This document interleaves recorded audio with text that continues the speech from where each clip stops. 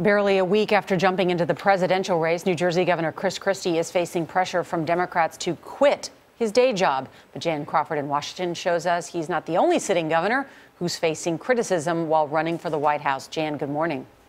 Well, good morning. So, there's some New Jersey politics going on here, but running for president as governor has always been a special challenge, especially with voters back home. In New Hampshire over the weekend, Christie found himself facing questions, not about how he would run the country, but how he can run New Jersey from the campaign trail. As I've said many, many times before, I can walk and chew gum at the same time, and I'll be able to do that. But state Democratic lawmakers disagree. New Jersey needs a full-time governor to deal with the huge problems we have. And are introducing a bill that would force Christie to resign. The bill has no chance of becoming law. Even if it passed, Christie could veto it. But the dust-up highlights the unique difficulties faced by governors trying to run a state and a campaign. In this year's crowded Republican field, Christie is one of 4 sitting governors eyeing the White House. But it's been done countless times before. Bill Clinton and George W. Bush are the most recent successful examples. The challenge is keeping voters happy back home.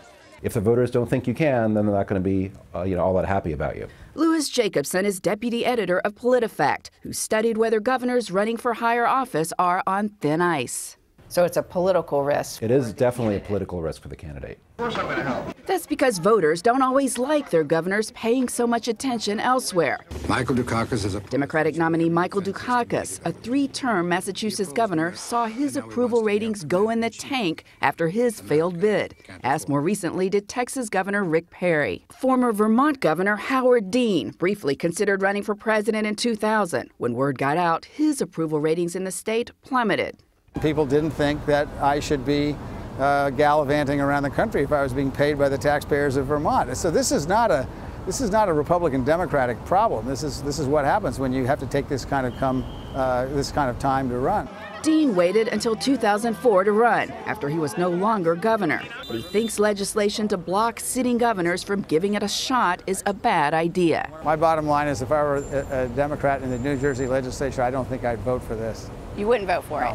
So you would say, let's keep it the way it is? I just say, if you want to change it, probably right in the middle of somebody's presidential campaign is not the right time to change it.